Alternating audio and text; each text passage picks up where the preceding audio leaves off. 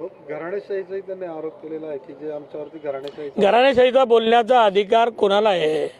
जो घराणेशाही करत आहे त्याला आहे. हे काय करा, हे घराणेशाहीच्या संदर्भात यांचं ऐकून कोण ऐकेल? यांचं घराणेशाहीच्या संदर्भात ज्यांच्या घरामध्ये ग्रामपंचायतपासून म्हणजे ग्रामपंचायत सदस्य स्वतः लढले, सरपंच स्वतः झाले, झेडपी लढले, सभापती झालात, हरिभाऊंचं सन्माननीय हरिभाऊंचं तिकीट ऐन वेळेवर अर्ध्यातून तिकीट करून खासदार झालात, 3 वेळा खासदार झालात, तुमच्याच कुटुंबात आमदार आहे, तुमच्या कुटुंबामध्ये MLCचा उमेदवार होता, तुमच्या कुटुंबात जिल्हा बँक आहे, तुमच्या कुटुंबामध्ये दूध संघ आहे. एकाच घरात एवढा असलेला माणूस जर घराणेशाही बोलत असेल तर त्यांना देवच त्यांचं भलं कर्म. पती वारल्यामुळे 100% बरोबर आहे ना.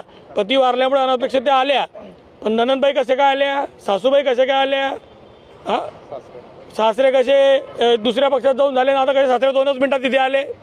अरे सासरे तर इतके विसरले की भुसावळची सभा राष्ट्रवादीची आणि तिथे कमळ सांगताय. कारण त्यांना समजत नाही मी सकाळी प्रचार करतोय संध्याकाळी प्रचार करतोय हेच त्यांना समजत नाही आहे. सकाळी तिकडे वेगळा प्रचार करतो, संध्याकाळी इकडे प्रचार वेगळा करतो. 2 पक्षाचा एकच माणूस. तो एक पिक्चर पाहिला मी अपरिचित, त्याच्यात तो 10 मिनिटात काहीतरी भूमिका बदलतो आणि 10 मिनिटात भूमिका बदलतो. चाचा वही आणि भतीच्या बी वही आहे. अशा पद्धतीची मुक्ताईनगरची परिस्थिती झाली. तुम्ही बघत असाल का गल्ल्यापाड्यात कसे फिरताय. केंद्रीय मंत्री गल्लीत मतदान मागताय, माजी मंत्री माजी मुख्य म्हणजे भावी मुख्यमंत्री, माजी 12 खात्याचे मंत्री, विरोधी पक्षनेता 5 वर्ष इतके मोठे मोठे पदं गल्लीत फिरताय का? काय कारण आहे? ग्रामपंचायत सारखी नगरपंचायत आहे आमची.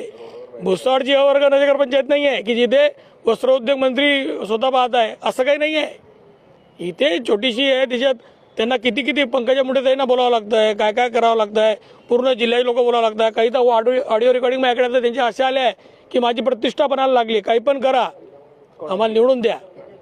ते जे संपलेले लोक आहेत त्यांचं नाव बी घेणं ठीक नाही, तर संपले त्यांचं नाव काय घेणार आहे? पण आणि ते मला प्रश्न विचारता, 35 वर्ष सत्तेत राहिले, अनेक पदं भूषवल्यावर मला प्रश्न विचारताय.